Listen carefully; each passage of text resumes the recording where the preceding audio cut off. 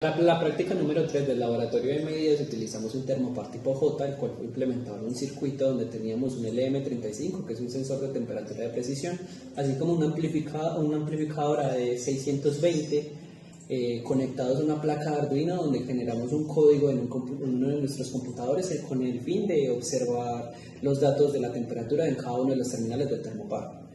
Para alimentar este circuito utilizamos una fuente DC en el cual utilizamos dos de sus salidas para generar unos 5 voltios positivos y unos 5 voltios negativos que iban conectados al amplificador.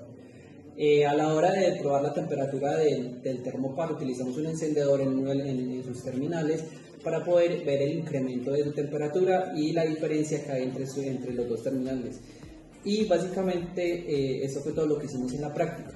Como último paso podemos observar en el video una gráfica donde podemos ver el comportamiento de uno de los terminales del termopar, en el cual se observa que cuando se calienta este terminal la temperatura empieza a incrementar hasta llegar a un punto en el que quitamos el encendedor y vuelve a decrecer.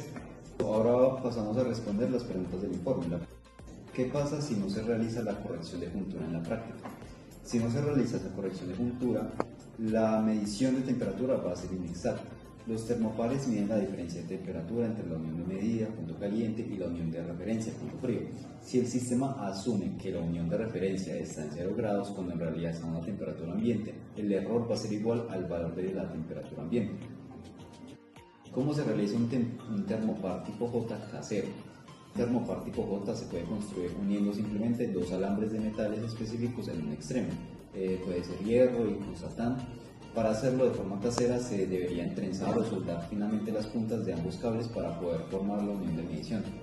La tercera pregunta es, ¿cómo se realiza el cálculo de la resistencia de ganancia para el AD620? Para este amplificador de instrumentación, la ganancia G se determina mediante la resistencia externa R sub G conectada entre los pines 1 y 8. La fórmula estándar ya dada por el fabricante es que la ganancia G es igual a un valor de resistencia en kiloohms sobre la resistencia R sub G, y esta división se le suma un 1. En la práctica, el documento simplemente nos dice que la resistencia RG va a ser de un valor de 100 ohmios para poder obtener una ganancia específica que permita procesar la señal en el Arduino.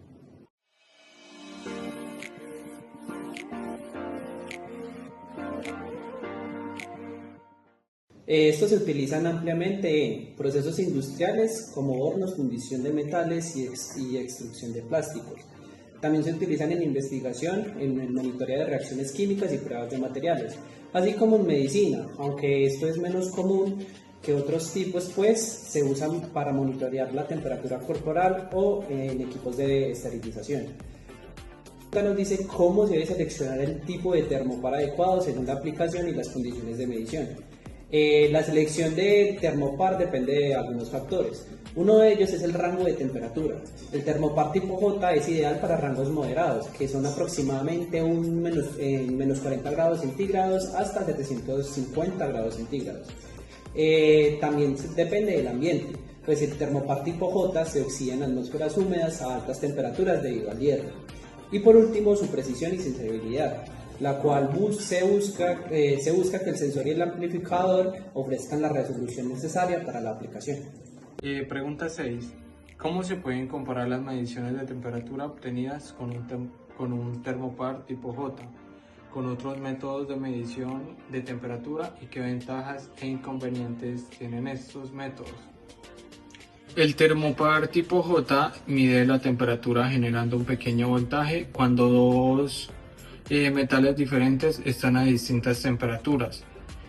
Comparando con sensores como RTD o el LM35, el termopar tiene una ventaja de soportar temperaturas más altas y ambientes industriales, además de responder rápidamente a cambios de temperatura.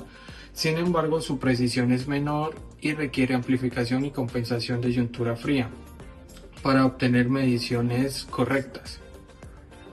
¿Cómo se puede utilizar un sistema de monitoreo de temperatura con un termopar tipo J en aplicaciones prácticas? Este es un sistema de monitoreo con termopar tipo J que permite medir la temperatura en un tiempo real usando un sensor, un amplificador y un microcontrolador. En este tipo de sistema se utiliza, por ejemplo, en hornos, motores o procesos industriales para controlar la temperatura y evitar sobrecalentamientos. También puede generar alertas cuando las temperaturas superan a ciertos límites, así pues ayudando a proteger los equipos y mejorar el control de los procesos.